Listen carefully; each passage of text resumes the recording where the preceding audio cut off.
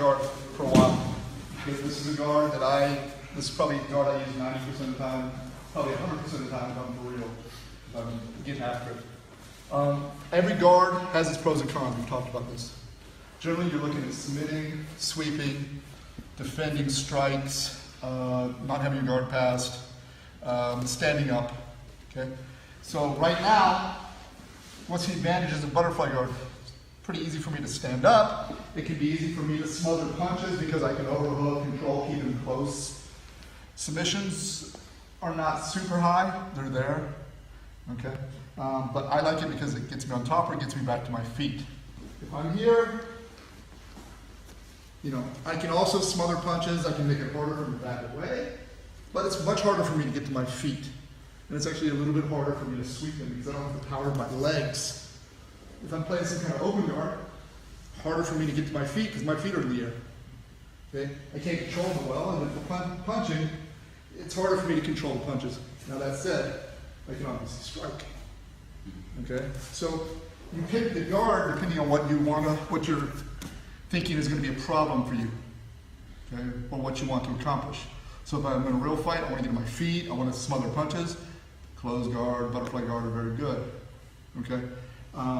If I'm on my back and I can't get up, okay, then some sort of open guard where I can kick or I can keep distance between us can be good, but again, I'm not controlling him at all, so I have to be aware of punches as well.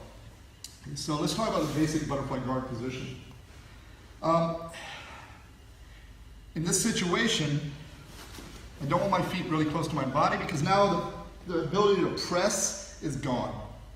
And if my feet are really straight, again, I have no range to press and it's going to be easy for him to manipulate my legs. So I want about a 90-degree bend and about a 90-degree bend this way. Okay, I don't want my legs to get smushed together and I don't want them to get pushed apart. So for instance, if he pushes this knee, I want to keep that positioning. I don't want my knees to get shoved together. They lose all their power. My knees are kind of outside his hips. Okay. Now to kind of reinforce this, a lot of times I'll keep my elbows in so he tries to push my knees together. My elbows act like a block. Okay. Also it makes it harder for him to get underhooks. Okay. So we have basically two kinds. We sit, and we sit.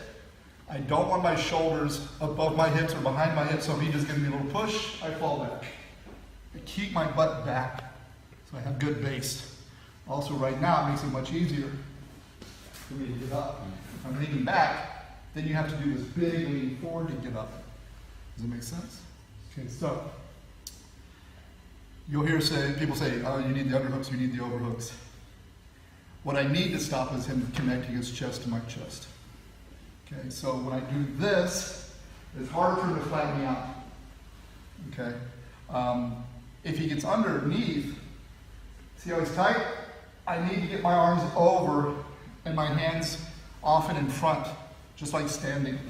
If he goes for an underhook, I need to win the underhook, or if he goes for the underhook, I need to keep this in the way. If he gets the underhook and I'm like this, he's going to have power on me. Same thing here. So we're going to talk about a couple worst case scenarios first of keeping the guard. If you can't keep the guard, no guard will help you. Okay, so the first one is he wants to flatten me out. Now understand, I want to stay a ball. Pass to the side. Get side control. Go to the other side, right? As long as I stay a ball, he can't flatten me out. He can't get inside. It's like a cat. Okay. What happens is, people do this. Let's see how I just opened up. Be a ball. It's very zen. Okay? So here. So now we're going to deal with here. If he pummels inside, right? See how he's having trouble? Pummeling inside? That's not a problem. It's when he brings his elbows inside. And then he gets inside. Okay, so this kind of pummel battle is easy. I'll show you what I mean. You guys are playing butterfly, and guys are trying to pummel like this. It's the guy who gets the elbows in and comes here. It's going to be a little bit dangerous. We're going to do it if we get flattened out. Most people make a crucial mistake, and they're actually taught this. And I love when they're taught this because they give me no problem. Okay? They flatten me out, and they control my biceps. Don't do this. Okay? As long as his elbows are away from his knees, he's not going to give me any trouble. Okay, he's stretched out, he's going to be easy for me to sit back up. When he flattens me out and he connects his elbows to his knees and locks my legs and my hips, that's when I have trouble. Okay, so you just learned 2 lessons: how to stuff the butterfly and what you got to stop. So the moment he starts to get underhooks and flatten me out, I catch the elbows. Pull your elbows back. Here. Okay. Again, he goes. Now I don't need to wrap all the way. I just hold the elbows. Pull your elbows back. Here. And now it's going to be absolutely no problem to sit back up. But you have to make that instinct. Okay, so we'll just practice this a little bit. He'll get the underhook as he starts to flat down here. Okay. And we'll talk about getting back to our feet in a second. All right. Don't do this as much as you'll do this a little bit, but try to bring him, stretch him out a little bit. You got to lay back a little bit to stretch him. Okay. But we'll talk about that in a second. All right, go. That's okay. So first, we're just going to do the simple sit up, back to position. Again, make this position. By the way, this is assuming he has a little bit of knowledge. Okay. If you stay a ball, it makes it really easy to roll with guys who don't know what they're doing. Okay, I used to call this the white belt killer.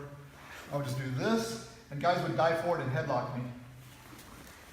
They literally just throw themselves. You think nobody does that? Guy comes in, he's big and strong. What do they think? I'm going to get his head. As long as you stay a ball, they'll literally just throw themselves over you. Okay. Where you get in trouble is when you try to fight and do this. Okay. But he knows what he's doing. He's here, he gets underneath. Again, I'm not controlling at the armpit. I'm controlling right at the elbow, so he tries to pull back here. Now, he's trying to drive into me, so go ahead. Yeah, there you go. Here. Now, if I just kick away, I'm going to have a little bit of trouble. So first thing I want to do is bring him more to me. So I'm going to use my knees to load him up a little bit. So he's barely off the ground. And then I'm going to kick and sit up. Now, where's my shoulders? Front of your hips. Yes, don't sit up like this. Okay, so we'll just make this a little drill. He comes in, I load him, and I sit. Okay? Don't push him on the ground, but you don't need to lift him. I just load, I straighten my legs, and then I sit back up. And then we have back to the back. Now, right now we're doing it straight, and the second we'll adjust a little bit, some attacks.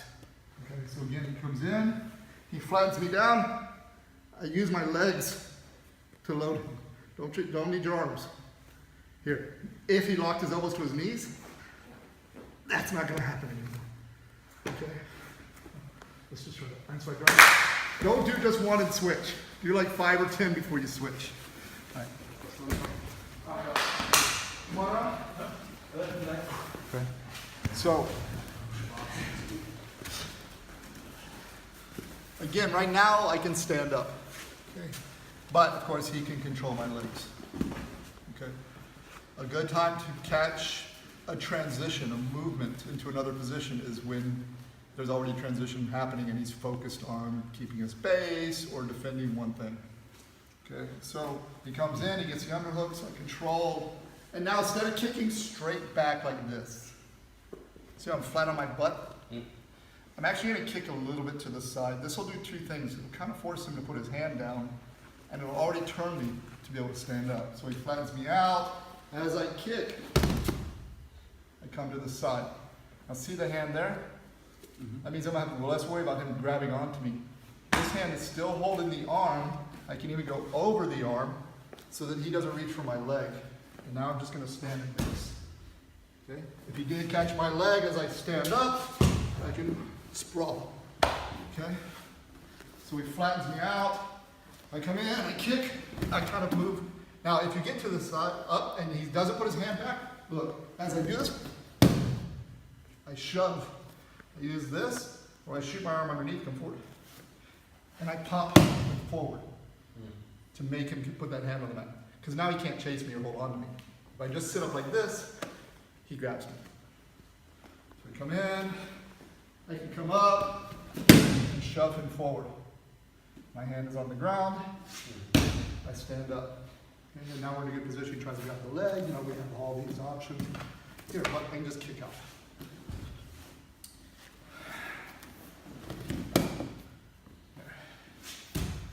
And then we're, all right. So you're not going to go straight back. You're going to go a little onto your hips. So the motion is I bring it back, and I sit up this way. And I drive my shoulder forward. And right up now. All right, let's go. So I drive.